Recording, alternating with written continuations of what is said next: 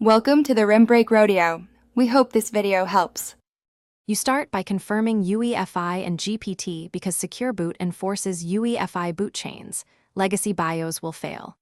Once done, check TPM2. Zero in firmware and enable it since Windows ties keys to TPM.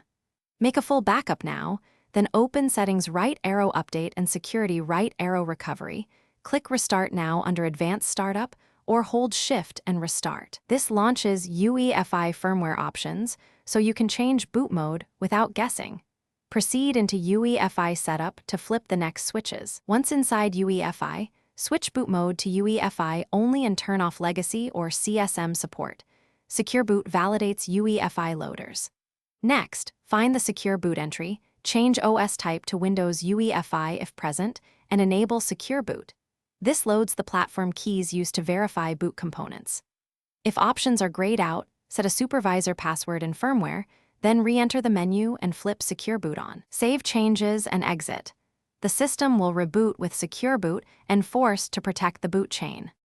You finish by booting Windows and running msinfo32 to confirm Secure Boot state is on, because that proves the platform keys are active.